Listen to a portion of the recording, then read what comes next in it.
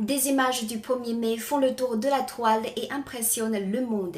La grande muraille de Chine est noire de monde alors qu'elle était quasiment déserte l'an dernier. Ce n'est pas un cas isolé, 265 millions de trajets sont prévus par les autorités chinoises pendant les 5 jours de congé de la fête du travail, soit plus du double de l'an dernier et un niveau semblable à 2019, avant l'épidémie. La plus grande ruée de population et la plus grande frénésie touristique depuis le début de la pandémie, non seulement en Chine mais aussi dans le monde. Mais d'où vient la confiance des voyageurs? 5 éléments d'explication. Le premier, un contrôle systématique, strict et efficace. Selon Bloomberg, la capacité de la Chine à maîtriser les foyers sporadiques avait donné à des millions de personnes la confiance nécessaire pour maintenir leur projet de voyage au pays. Le deuxième, un taux d'incidence bien maîtrisé. Tous les jours, la Chine signale une dizaine de nouveaux cas, presque tous importés. Le troisième, la campagne de vaccination qui se déroule rapidement sans arrêt même lors de la fête. En date du 2 mai, 275 millions d'injections ont été administrées.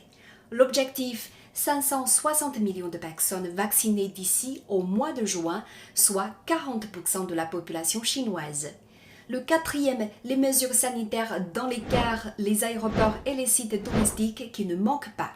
Les jauges sont réduites, les réservations de tickets et le port du masque sont obligatoires. Les codes QR verts désormais reconnus mutuellement entre différentes provinces sont également demandés dans les sites. Et le cinquième, une haute autodiscipline de la population chinoise qui a été mise en lumière même depuis le début de la pandémie.